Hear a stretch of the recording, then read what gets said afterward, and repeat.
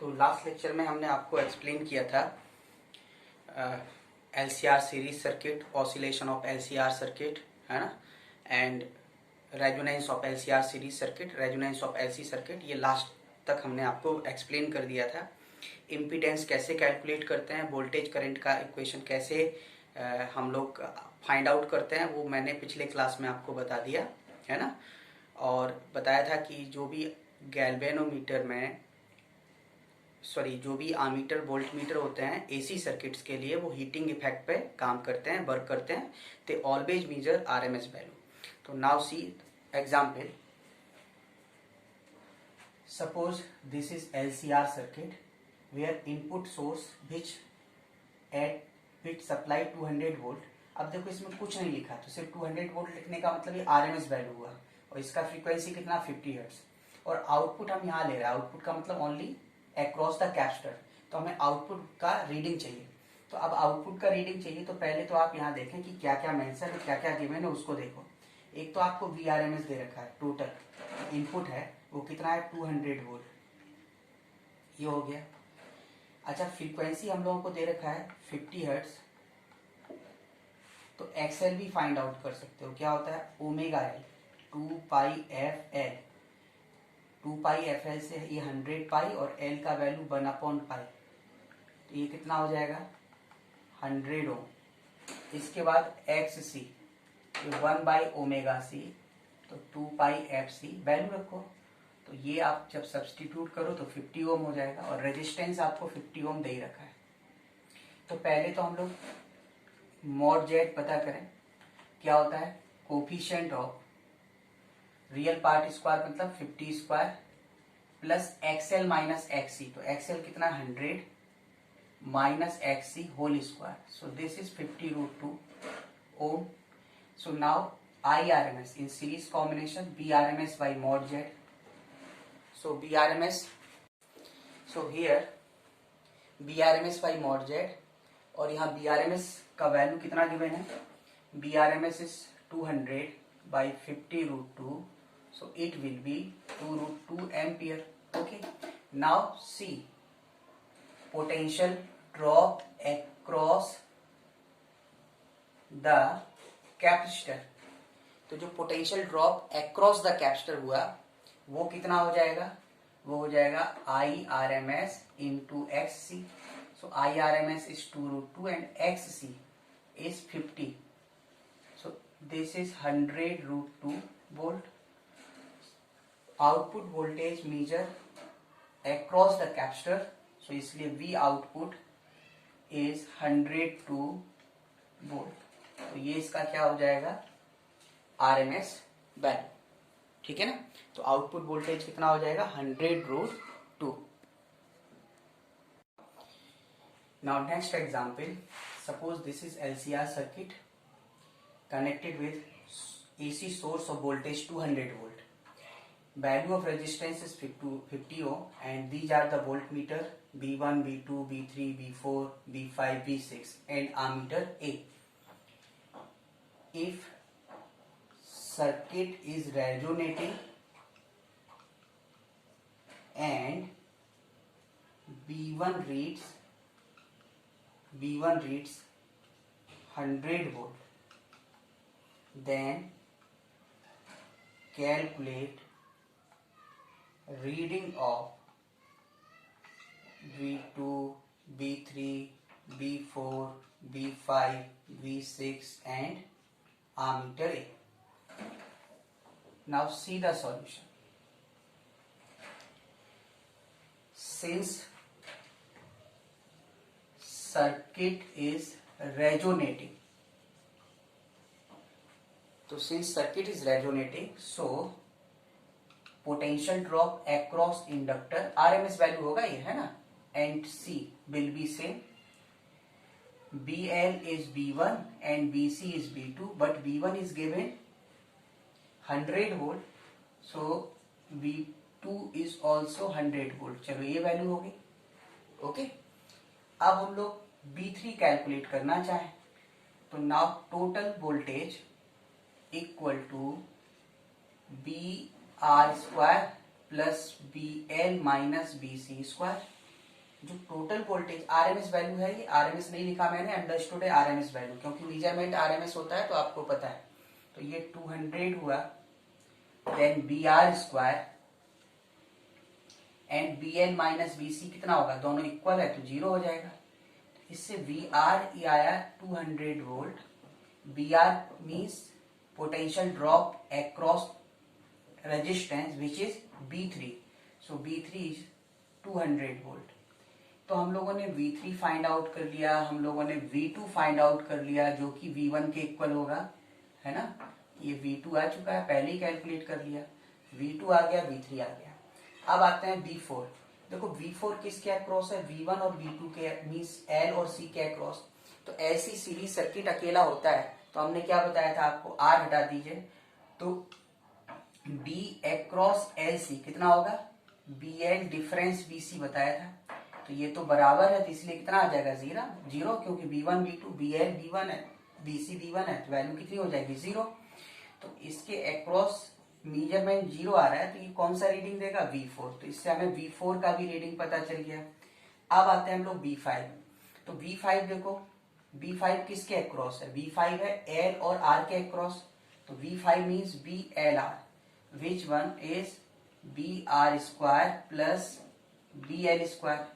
तो रेजिस्टेंस के अक्रॉस हम पहले से कैलकुलेट कर चुके 200, और इंडक्टर के अक्रॉस मीन्स ये पता है 100, तो इसको आप क्या लिखोगे, इसको लिखोगे 200 स्क्वायर प्लस 100 स्क्वायर। तो ये मिलके हो गया 100√5 वोल्ट। तो आप लोगों ने B5 का भी रीडिंग निकाल लिया। तो इस तरह से B5 तक हम लोग पहुंच गए। अब हमारे लिए बचा B6 एंड आमीटर रीडिंग। तो B6 के लिए आप देखो, जो B6 रीडिंग आने हैं, तो V6 किसके अक्रॉस है, देखो जरा, 6 है LCR। तो B6 means potential drop across LCR। तो वो LCR के अक्रॉस तो टोटल हो गया, तो टोटल कितना हुआ, 200 वोल्ट, है ना। या यूं कहिए कि B6 मतलब LCR, तो BR square plus BL minus BC square, तो इसका होल का वैल्यू कितना था, 200, तो वही आ जाएगा। तो V6 भी आ गया अपने पास। अब हम लोग कहते हैं करंट। तो करंट याद करो क्या लिखते थे, BRMS। जब सर्किट रेजोनेंस है तो BRMS या लिखे मॉड जेड। अब सर्किट रेजोनेंट है इसलिए XL इक्वल टू XC होता है, तो XL XC कट जाएगा तो ये कितना आएगा, BRMS by R, because Z equal to क्या होता है, √R square plus XL minus XC square, XL equal to XC, so they will cancel out. तो सिर्फ क्या बचेगा आपके पास, R बचेगा। तो RMS का मतलब होल वैल्यू जो अप्लाई किया वोल्टेज 200, तो टोटल वोल्टेज अप्लाई किया हुआ है 200 एंड रेजिस्टेंस इज 50। सो ये जो करंट आएगा रीडिंग, आमीटर का रीडिंग, वो कितना हो जाएगा, 4 एम्पियर। तो आप यूं कह सकते हैं कि जो आमीटर का रीडिंग हुआ वो कितना हुआ, 4 एम्पियर। तो इस तरह से हम सारी रीडिंग फाइंड आउट कर सकते हैं। ओके, अब हम लोग आते हैं पावर पर। पावर, तो इसमें सबसे पहले तो आता है इंस्टेंटेनियस पावर। इंस्टेंटेनियस पावर क्या होगा कि जैसे हम लोग पहले स्टडी कर चुके हैं कि ये वोल्टेज है, यहाँ करंट है, कुछ फेज डिफरेंस फाई है, बैक ये लीड की बजाय लैग भी कर सकता है, पर हमने कुछ ऐसे इक्वेशन लिखा है। तो इसके अकॉर्डिंग यदि B equal to B0 sine omega t, I equal to I0 sine omega T, plus minus five कुछ तो आएगा, अभी हमने प्लस ले लिया तो इसके करस्पॉन्डिंग स्टडी करेंगे। तो जो इंस्टेंटेनियस पावर होगा, इंस्टेंटेनियस, वो सिंपल हो गया V इंटू आई। तो आपको कुछ नहीं करना है, बस ये वैल्यू रखना है, into I0 sine omega T plus five, ये हो गया। अच्छा, इसी के बाद सेकंड आता है पीक पावर। पीक पावर का मतलब मैक्सिमम कितना हो सकता है। तो पीक पावर जो होगा वो V0 इंटू I0, क्योंकि maximum voltage V0, maximum current I0। इसके बाद आता है third apparent power. Apparent power का मतलब है, जैसे हम लोग डीसी सोर्स के लिए स्टडी करते थे तो इंस्टेंटेनियस वैल्यू मेजर होती है, तो वोल्टेज करंट का मल्टीप्लाई करने से पावर आ जाता था।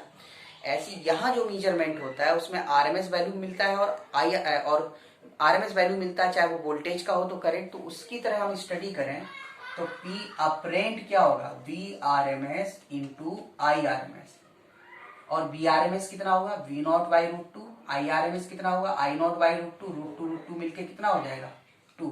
तो ये अपरेंट पावर हो गया। ओके, तो ये क्या हो जाएगा अपरेंट पावर, ये क्या हो गया पीक पावर, ये जो हो गया वो इंस्टेंटेनियस पावर। इसके बाद नेक्स्ट जो है यानी लास्ट वो क्या है average power, fourth one is average power.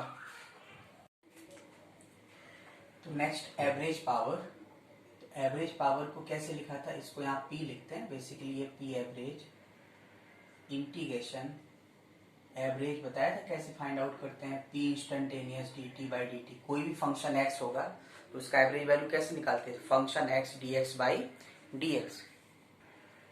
तो इसलिए P instantaneous D T by D T, और पी हम आपको इंस्टेंटेनियस पहले बता चुके हैं क्या, B naught sine omega T था, तो करेंट था I naught sine omega T plus 5 और डिवाइडेड बाई डी टी, और डी टी ऐसे था।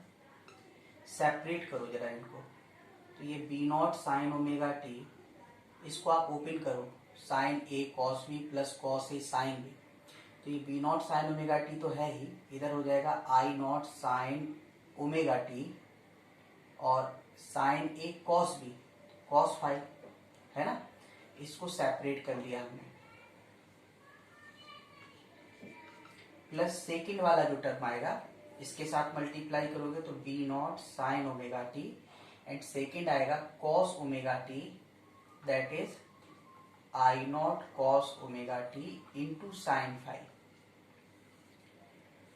अपॉन डी टी, और डी टी इसको इंटीग्रेट करेंगे है ना।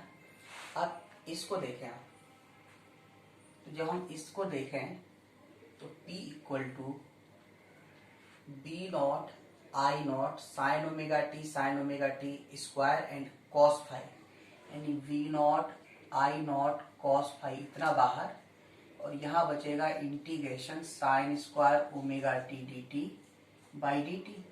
फुल साइकिल कर रहे थे तो मान लो 0 to t हो गया।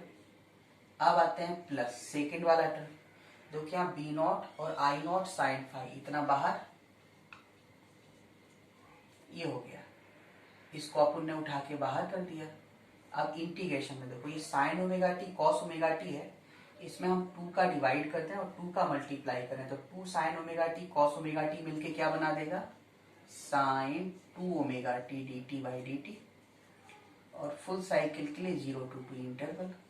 अब जरा ध्यान दो, हमने बताया था आपको ये एवरेज वैल्यू हो गया स्क्वायर का साइन का, और ये साइन का एवरेज वैल्यू साइन थीटा हो 2 थीटा हो 3 थीटा हो, उसका एवरेज वैल्यू फुल साइकिल के लिए 0 था, स्क्वायर का हाफ था, तो इसको हम सीधे लिख सकते हैं V naught I naught cos 5 into half, और ये वाला जो है B naught by 2 I naught sine 5, और ये 0 हो जाएगा, तो ये टर्म 0 हो गया, मतलब P equal to V naught I naught cos 5 divided by 2, ये या रूट टू सेपरेट कर लो, 2 को हम लोग रूट 2 इंटू रूट 2 लिखेंगे तो ये क्या बन जाएगा B R M S into I R M S into cos 5। तो ये एवरेज पावर, तो जब भी पावर की बात आएगी तो यही फॉर्मूला आपको यूज करना है, B R M S into I R M S into cos 5।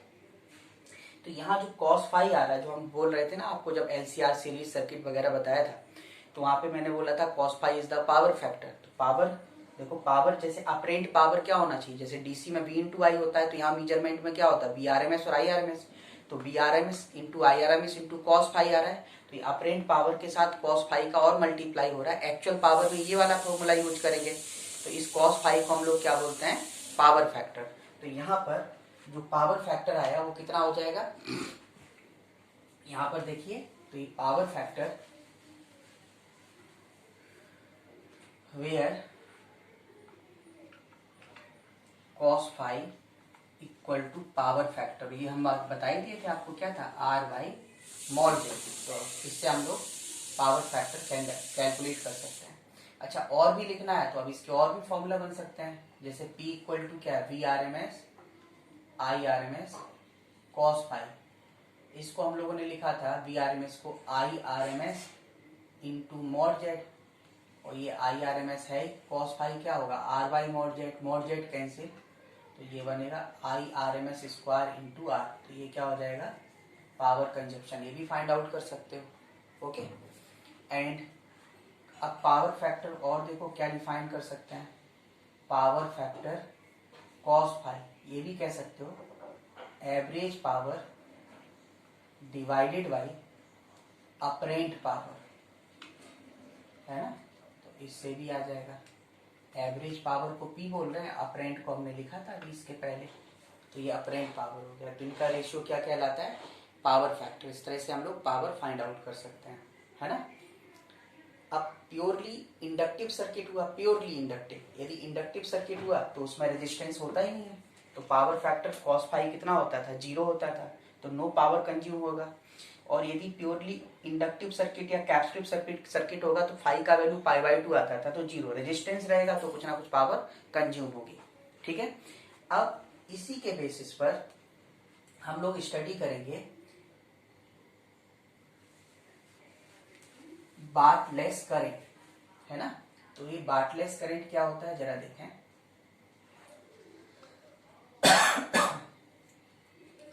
Current एक तरह से कहिए component of current which contribute 0 in power consumption. तो अभी देखो हमने एलसीआर सर्किट जो भी होगा उसके लिए पावर कंजप्शन, हम जब पावर कंज्यूम निकाल रहे थे, तो इसमें देखो इसको ध्यान से देखो, ये अभी हमने जो लिख के अभी छोड़ा हुआ है यहाँ पे, B naught I naught cos five इतना, B naught I naught sine five.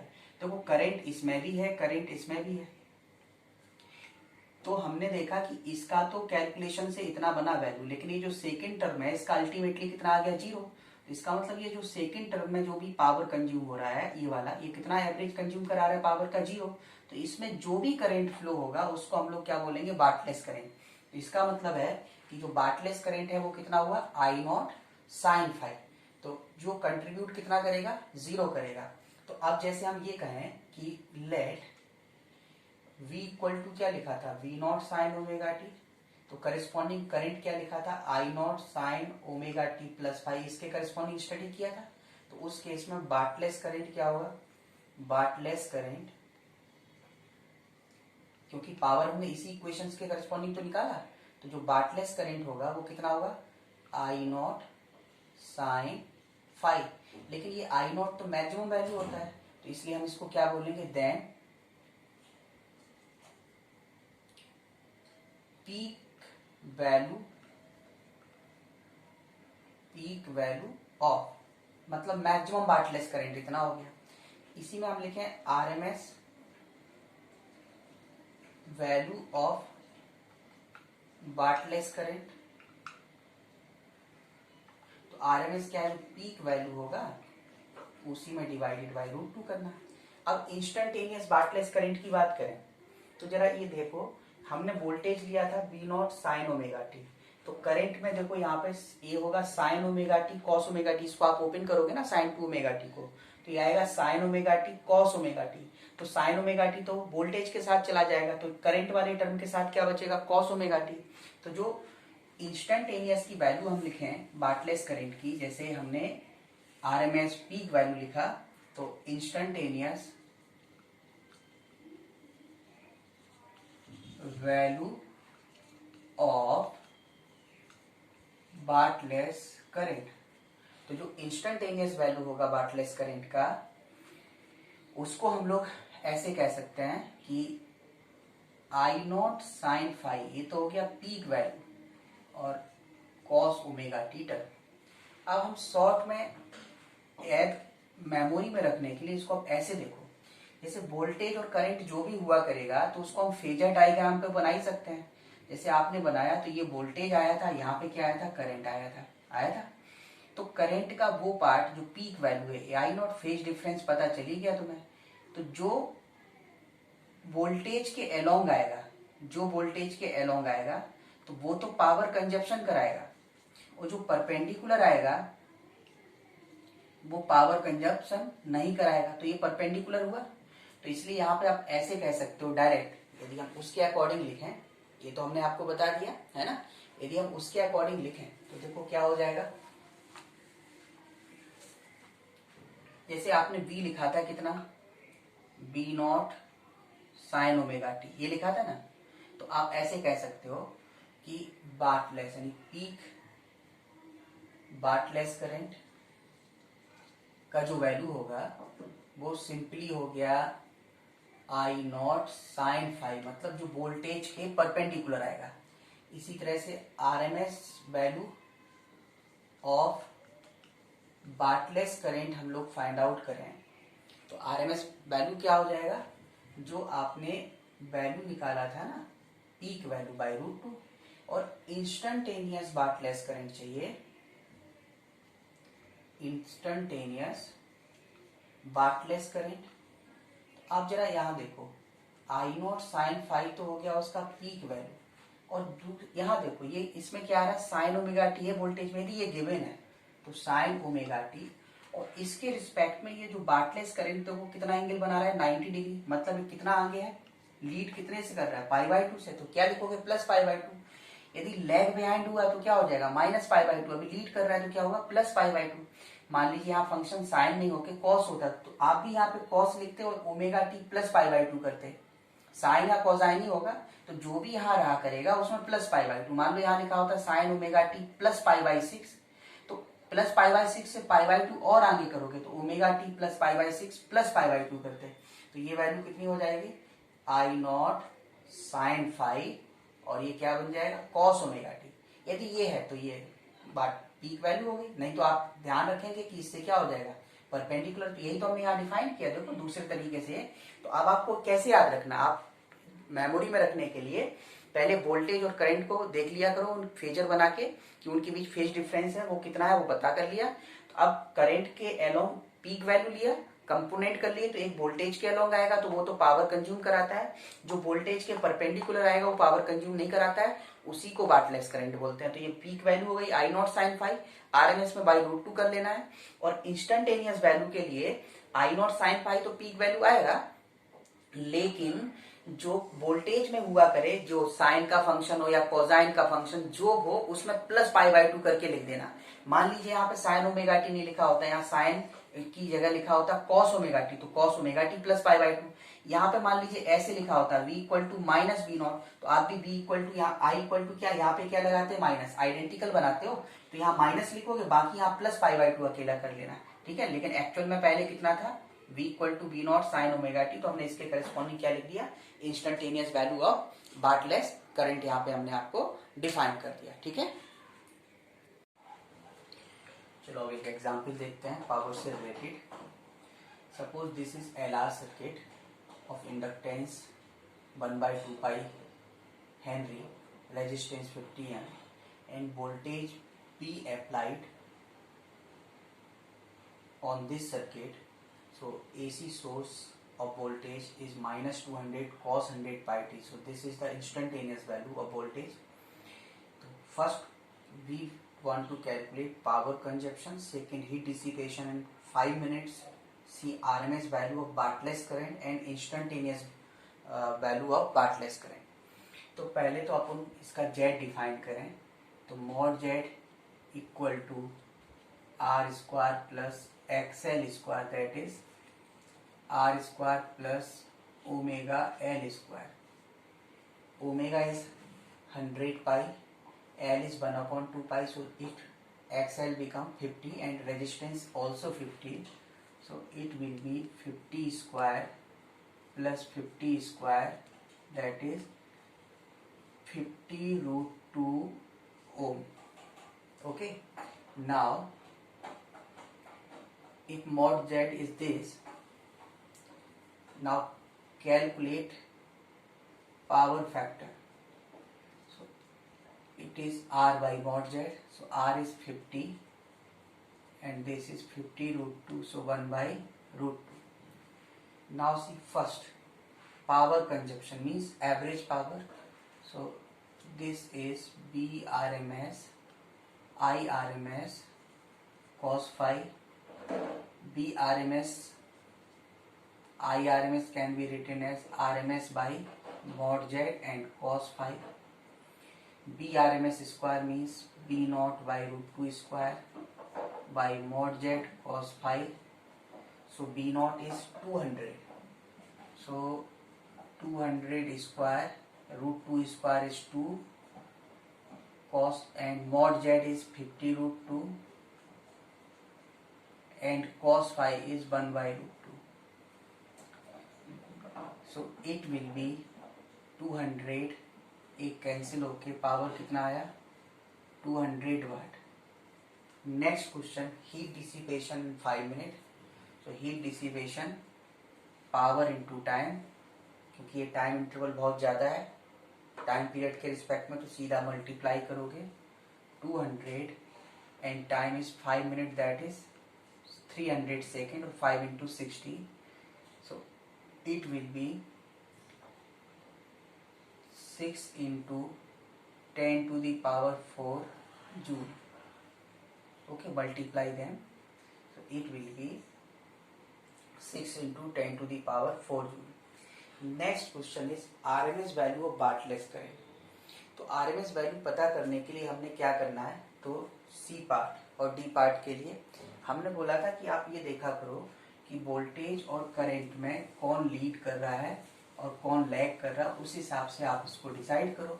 जैसे हम लीड और लैग कैसे निकालते थे, हमने बोला था कि आपको वोल्टेज अलोंग द इम्पीडेंस लेना है, current on the real axis. तो यहाँ पर जेड आप लिखो, सी पार्ट के लिए Z R plus J XL बनेगा. मॉड तो निकाल ही चुके थे आप, तो ये 50 प्लस 50 जे, तो ये फर्स्ट क्वाड्रेंट में आएगा, ये 50, ये भी 50. तो जो जेड आएगा वो इधर आएगा, तो ये 5 होगा. तो आपको पता है ना मॉड जेड तो आप फाइंड आउट कर चुके हो 50 रूट 2, और 5 कितना हो जाएगा 10 5 इक्वल टू 1. तो 5 कितना होगा पाई बाई 4. तो बोला था कि यहाँ वोल्टेज लेंगे, यहाँ करंट लेंगे. तो आई आर एम एस भी पता है या आई नॉट भी पता है, B naught by mod Z. B naught is 200 and mod z is 50 root 2, so 2 root 2 ampere. अब हमने आपको बोला था कि वोल्टेज और करंट बना लिया करो. जैसे ये वोल्टेज है यहाँ आएगा और ये करंट आ गया. अब करंट में हमने बोला था कि जो आई नॉट होगा पीक वैल्यू, उसको आप ब्रेक करो. तो जो, और ये 5 पता चल ही चुका है, तो जो कंपोनेंट इसके अलोंग आता है वोल्टेज के अलोंग, वो तो पावर कंज्यूम कराता है, और जो परपेंडिकुलर आता है वो कंज्यूम नहीं कराएगा. ये क्या हुआ आई नॉट साइन 5. तो आरएमएस वैल्यू कितना हो जाएगा, RMS value of Bartlett's current equal to I naught sine 5 upon root 2, and I naught का वैल्यू है 2 root 2. Sine 5 mean sine 45, so become 1 by root 2 by root 2. तो ये कैंसिल आया. तो बार्टलेट्स करंट कितना हो गया रूट 2 एम्पियर. ये तो आरएमएस वैल्यू हो गई, ठीक है ना, ये आरएमएस वैल्यू. नेक्स्ट है इंस्टेंटेनियस बार्टलेट्स करंट. तो अब हम लोग डी पार्ट देखें. तो डी पार्ट के लिए instantaneous value of Bartlett's current चाहिए. तो यहाँ देखें सर्किट तो हमारा हो चुका था. तो डी बाट हमने इसमें क्या दे रखा था, वोल्टेज था -200 कॉस 100 पाई टी. अब इस फिगर से आप देखो इंस्टेंटेनियस वैल्यू के लिए करंट इससे लैग बिहाइंड है, और ये इस वोल्टेज से जो बार्टलेट्स करंट है, ये वाला पार्ट क्या है, ये बार्टलेट्स करंट है. यही तो बार्टलेट्स है, बार्टलेट्स करंट. तो ये कितना पीछे पाई बाई 2. तो इसको हमें कैसे लिखना चाहिए, instantaneous value of Bartlett's current will be I naught sine 5 and. अब ये फंक्शन देखो, ये किस में था, माइनस में, तो आप भी माइनस लगाओगे। कॉस है तो कॉस यूज करोगे, साइन होता तो साइन, प्लस होता तो प्लस। तो कॉस 100 पाई टी वोल्टेज, और वोल्टेज से कितना पीछे चला गया है, 90 डिग्री, मीन्स π/2। तो I naught sine five calculate कर सकते हो। आई नॉट कितना था, 2√2, साइन फाइव इज 1/√2, और कॉस 100 पाई टी माइनस π/2। तो ये √2 कैंसिल होके कितना होगा, -2 कॉस 100 पाई टी माइनस π/2। ये भी आंसर है। और इसमें हम माइनस कॉमन ले लें तो cos minus theta equal to cos theta होता है, तो cos π/2 minus this will be sine, so ये वैल्यू -2 साइन 100 पाई टी, ये भी आंसर लिख सकते हो, है ना। तो इस तरह से हम इसका वैल्यू फाइंड आउट कर सकते हैं। ओके, तो अब हम लोग ट्रांसफॉर्मर की बात करें। तो जो ट्रांसफॉर्मर होता है वो म्यूचुअल इंडक्टेंस प्रिंसिपल पर काम करेगा। और म्यूचुअल इंडक्टेंस क्या बताया था कि जब प्राइमरी कॉइल में करंट फ्लो कराते हैं तो सेकेंडरी में फ्लक्स जो भी पास होता है proportional to primary coil current. लेकिन यदि प्राइमरी कॉइल के करंट में चेंजेस आता था तो सेकेंड के फ्लक्स में चेंज आता था, और फ्लक्स में जब चेंज आएगा तो ईएमएफ इंड्यूस्ड होगा। तो ईएमएफ इंड्यूस कराने के लिए फ्लक्स में वेरिएशन कंटिन्यूस होना चाहिए।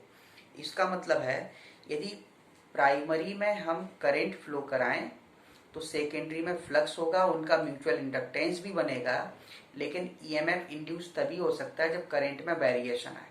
अब करंट में वेरिएशन किस में होता है, एसी में होता है या फिर वेरिएबल डीसी।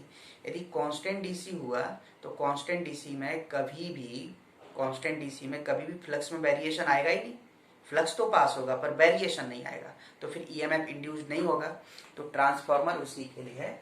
तो transformer works on the principle of mutual inductance between coils, that is transformer works for AC source और variable DC source, but it can not work for constant DC source. Constant DC की source के लिए नहीं काम करेगा, है ना। तो जो ट्रांसफार्मर है ये दो तरह का होता है, या तो होगा स्टेप अप या होगा स्टेप डाउन।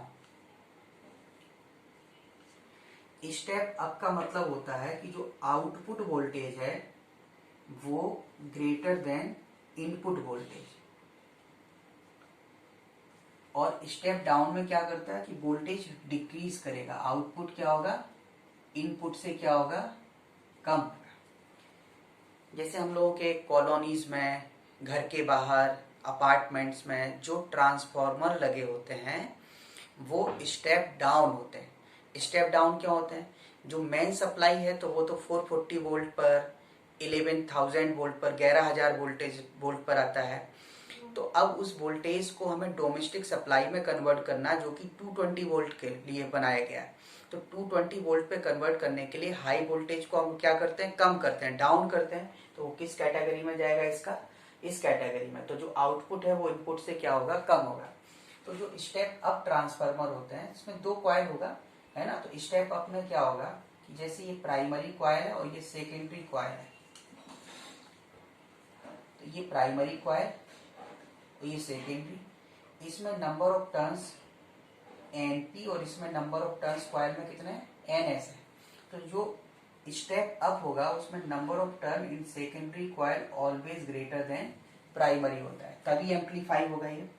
जबकि स्टेप डाउन में क्या होता है कि प्राइमरी कॉइल जो होगा उसमें नंबर ऑफ टर्न्स कम होंगे, ज्यादा होंगे सॉरी, और जो सेकेंडरी होगा उसमें नंबर ऑफ टर्न्स क्या होंगे, कम होंगे। तो ये सेकेंडरी है, ये NS। तो यहाँ पर क्या होगा, सेकेंडरी के टर्न प्राइमरी से क्या होंगे, कम होंगे। तो ये स्टेप अप और स्टेप डाउन ट्रांसफार्मर होता है। लेकिन इसमें इनपुट और आउटपुट वोल्टेज में क्या रिलेशन होगा उसको भी हम देखें जरा। तो यहाँ पर यदि हमें किसी ट्रांसफार्मर की इफिशियंसी कैलकुलेट करना हो तो ट्रांसफार्मर का जो इफिशियंसी होगा, इफिशियंसी ऑफ ट्रांसफार्मर, ये होगा power output upon power input ये फ्रैक्शन में और परसेंटेज में चाहिए तो 100 का मल्टीप्लाई करोगे आप।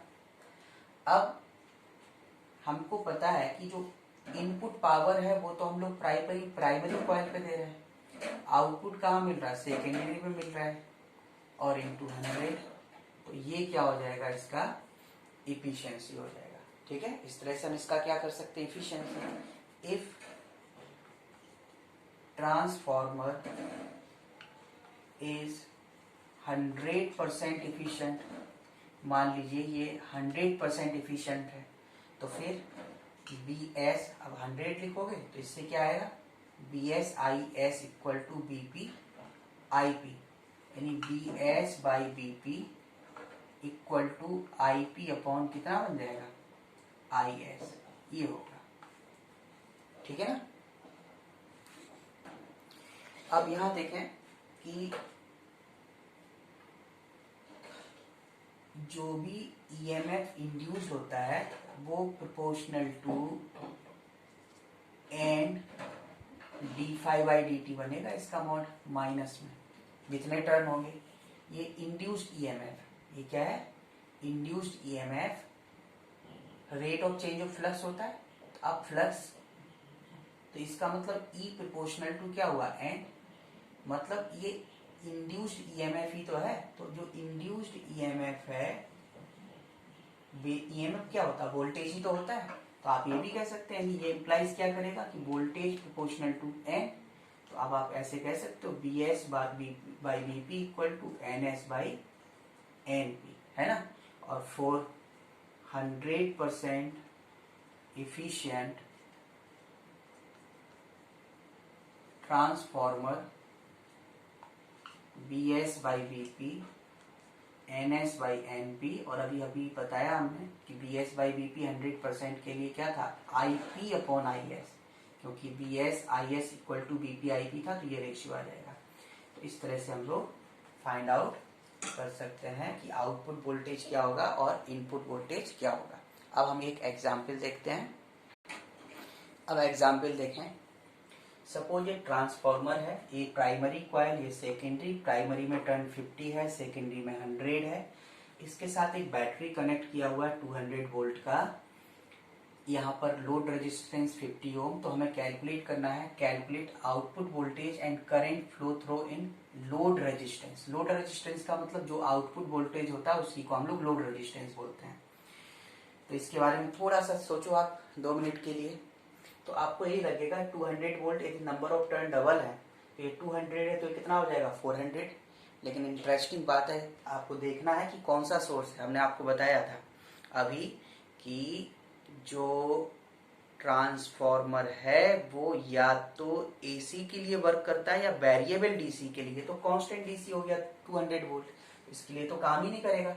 फ्लक्स पास होगा पर फ्लक्स में चेंज नहीं आएगा। जब तक फ्लक्स में चेंज नहीं आएगा तब तक ईएमएफ इंड्यूस नहीं होगा। तो यहां पर हम क्या लिखेंगे, since input source is constant DC, battery जो होता है वो क्या होगा, कांस्टेंट डीसी सोर्स।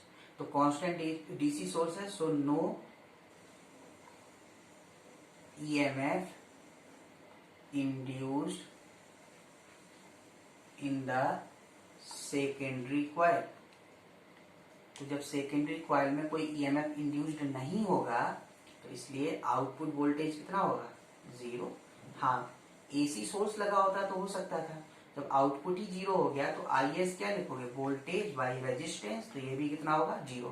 तो current will load resistance will be 0 and output voltage will be 0।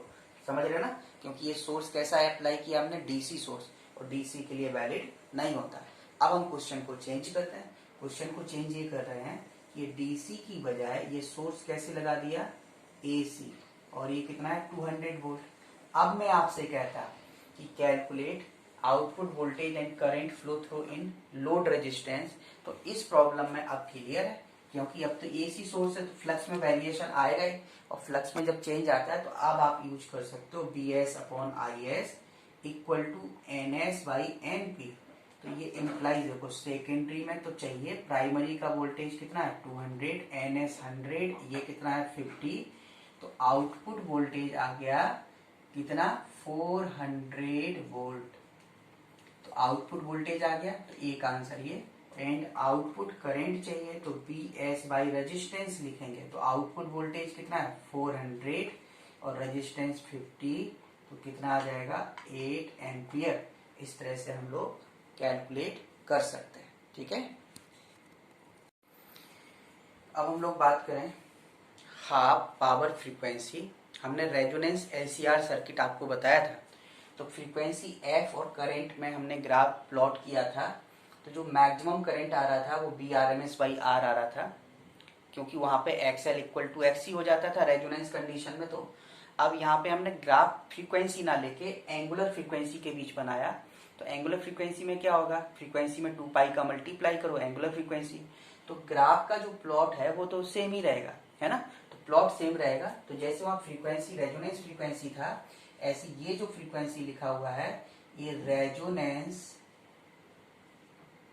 Angular frequency, और रेजोनेंस एंगुलर फ्रीक्वेंसी पर एक्सएल इक्वल टू क्या हो जाता है, एक्स आर हो जाता है, सॉरी एक्सएल इक्वल टू क्या हो जाता है, एक्स सी हो जाता है। तो यहाँ पर जो मैक्सिमम करंट आएगा वो B R M S by R आएगा।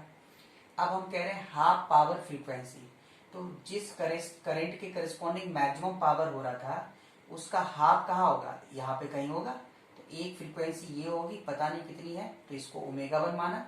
फ्रीक्वेंसी लिखोगे तो f1, तो ओमेगा 1 पता चलेगा, 2 पाई डिवाइड करो f1 आ जाएगा। इसी तरह से ये क्या हुआ ओमेगा 2। तो हाफ पावर का मतलब है हमें करंट का वो वैल्यू चाहिए जिस पर हाफ पावर कंज्यूम हो। तो पहले तो मैक्सिमम पावर आप देखो, है मैक्सिमम पावर कितना हो जाएगा, पी मैक्स, पीक पावर नहीं बोल रहा हूं, मैक्सिमम पावर। तो मैक्सिमम को आप ऐसे ही तो लिखते थे, बी आर एम एस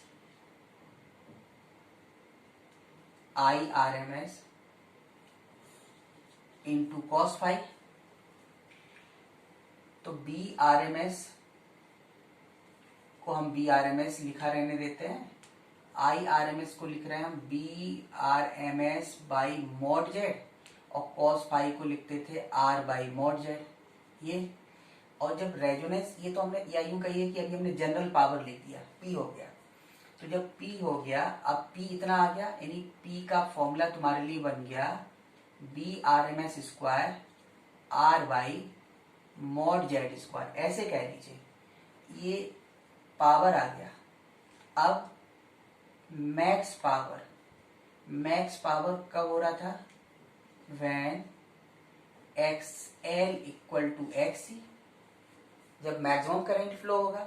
तो जब X L equal to X C था तो मॉड जेड किसके बराबर आता है, square root R square plus XL minus XC square. तो एक्सएल एक्सी कैंसिल होके सिर्फ कितना देगा, आर देगा। तो ये वैल्यू जब आप यहां रखोगे तो मैक्सिमम जो पावर आ रहा है वो कितना हो जाएगा, B R M S square, R square से एक आर कैंसिल होके इतना आया, ये मैक्सिमम पावर हो गया। अब हम पता करते हैं हाफ पावर। तो हाफ पावर का मतलब हुआ जिस पर ये हाफ पावर मिले। तो हाफ पावर किसके करस्पॉन्डिंग मिले ये हमें देखना है। तो half of, now half of max power, तो वो अब इसके करस्पॉन्डिंग तो नहीं मिलेगा, इसके करस्पॉन्डिंग तो मैक्सिमम पावर मिला आपको। तो हाफ ऑफ मैक्सिमम पावर का मतलब क्या होगा, 1/2 पी मैक्स। मान लीजिए तो उस, ये तो ओमेगा नॉट पर एक्सएल इक्वल टू एक्स ही रहेगा, बाकी सारे केसेस के लिए थोड़ी रहेगा। तो फिर बाकी के लिए हम पावर क्या लिखेंगे, हाफ ऑफ मैक्सिमम पावर मान लो, इसके करस्पॉन्डिंग नया फॉर्मूला क्या बनेगा, B R M S square R by mod Z square. ये तो जनरल फॉर्मूला हो गया ना, इसी को हमने कॉस पाई के टर्म में लिखा। पर इसी में जब मैक्सिमम पावर था तो एक्सएल इक्वल टू एक्स था, तो mod Z equal to R था, तो कैंसिल होके बन रहा था। लेकिन अदरवाइज तो जनरल फॉर्मूला यही है। तो अब हम ये पता करना चाहते हैं, मतलब जेड का वैल्यू आर हर केस के लिए नहीं है, वो तो तभी है जब एक्सएल इक्वल टू एक्सी हो।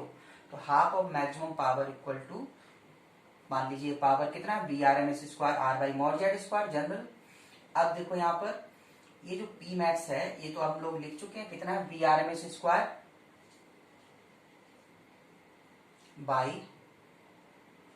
R है ना, और ये 2 पहले से यहाँ पे डिवाइड किया, फिर BRMS square R by mod Z square. देखो BRMS स्क्वायर है ना, ये कैंसिल हो गया, क्रॉस मल्टीप्लाई करो। तो जब हम क्रॉस मल्टीप्लाई कर रहे हैं तो देखो क्या आएगा इसके बाद, ये तो मैं लिख चुका हूं इसलिए अब इसको हटा रहा हूं कि इसका यूज हो गया है ना। तो ये जो वैल्यू आएगी, अब देखो कितना बन रहा है, इसको अब ध्यान से देखें। तो यहां पर जब हम इसको कैलकुलेट करें तो ये यहां लिख रहा हूं मैं, यानी mod Z square equal to 2R square. Mod Z equal to R तो तब था जब एक्सएल इक्वल टू एक्स थी, वो तो रेजोनेंस के करस्पॉन्डिंग था। अदरवाइज तो जेड का वैल्यू क्या होगा, R square plus XL, that is omega L minus equal to 2R square. R square वहां ले जाइए, तो omega L minus 1 by omega C equal to R square. तो स्क्वायर रूट लोगे तो क्या होगा, प्लस माइनस आर। तो जब प्लस माइनस आर आया तो अब इसमें दो केस होंगे। पहले केस फर्स्ट लिया हमने, केस फर्स्ट निगेटिव साइन ले रहे हैं सपोज, तो निगेटिव साइन से क्या होगा, ओमेगा एल माइनस आर, ये हो गया। अब यहां पर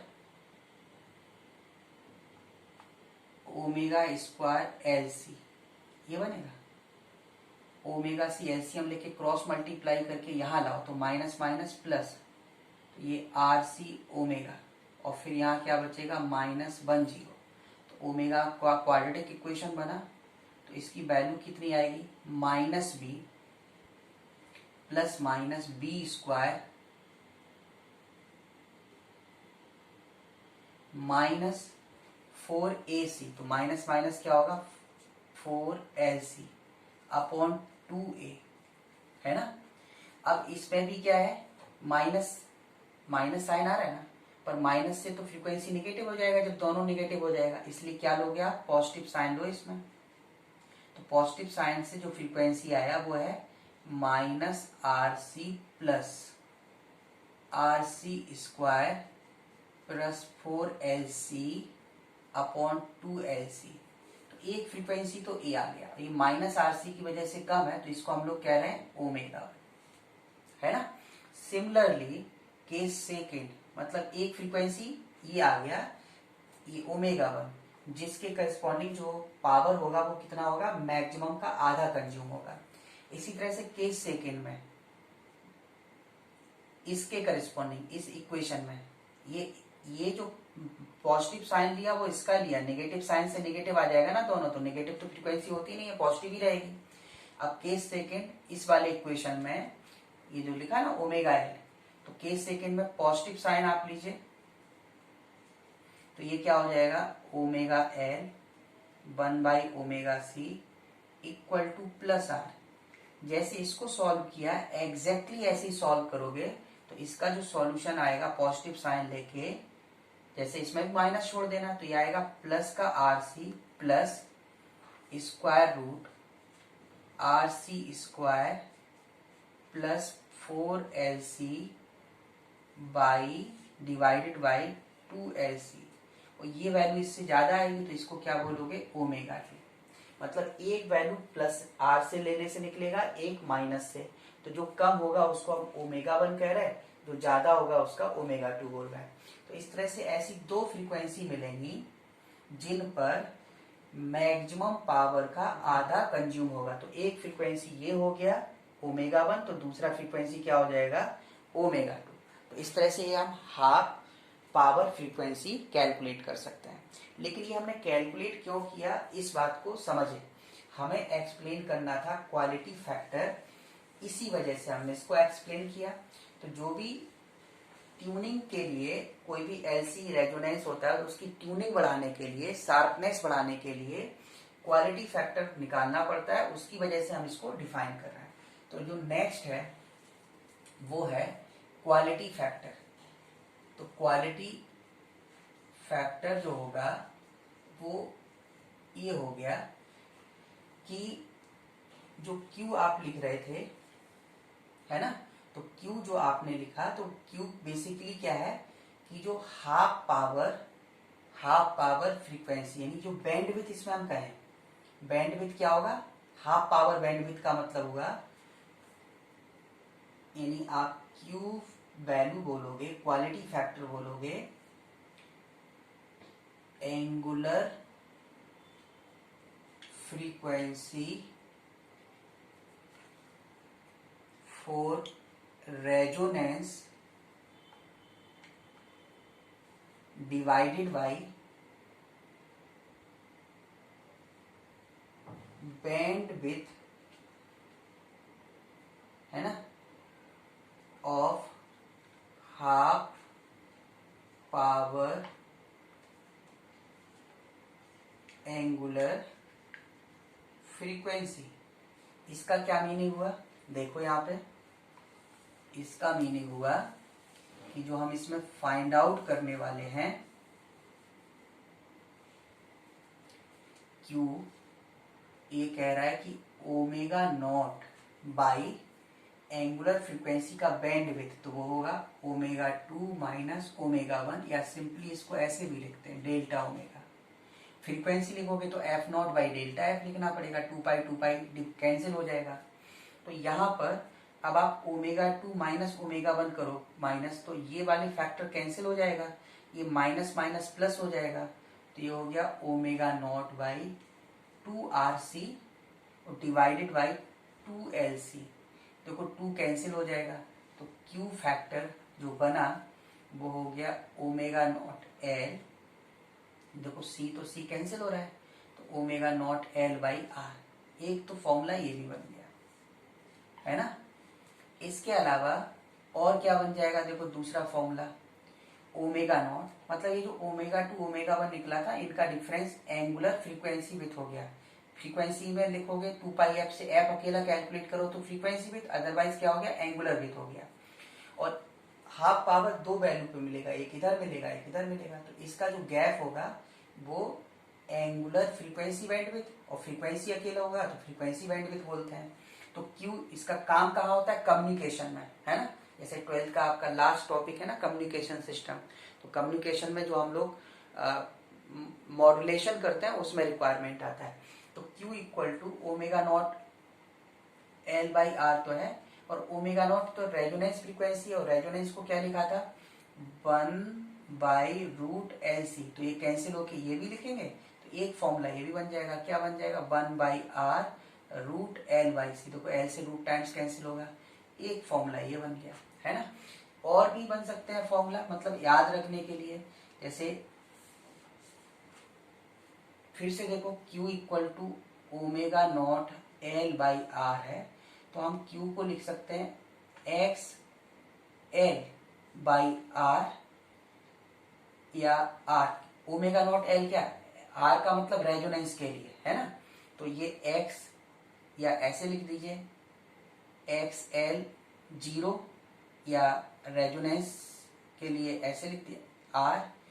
अब रेजोनेंस जब होता है तो एक्सएल का वैल्यू एक्ससी के बराबर भी होता है, तो इसलिए एक्ससी आर रेजोनेंस फ्रीक्वेंसी के करस्पॉन्डिंग, तो ये बनेगा, ये भी एक फॉर्मूला बन जाएगा। लेकिन ये जो एक्सएल है वो ओमेगा एल होता है, पर ओमेगा हर किसी के लिए नहीं लेना, ये वाला किसके करस्पॉन्डिंग है, ये रेजोनेंस फ्रीक्वेंसी के करस्पॉन्डिंग। तो यहाँ पर जो क्वालिटी फैक्टर है वो क्या बन गया एक्स एल बाई आर, और इसमें जो एक्स एल आर है ये इंडक्टिव रिएक्टेंस ड्यूरिंग या करस्पॉन्डिंग टू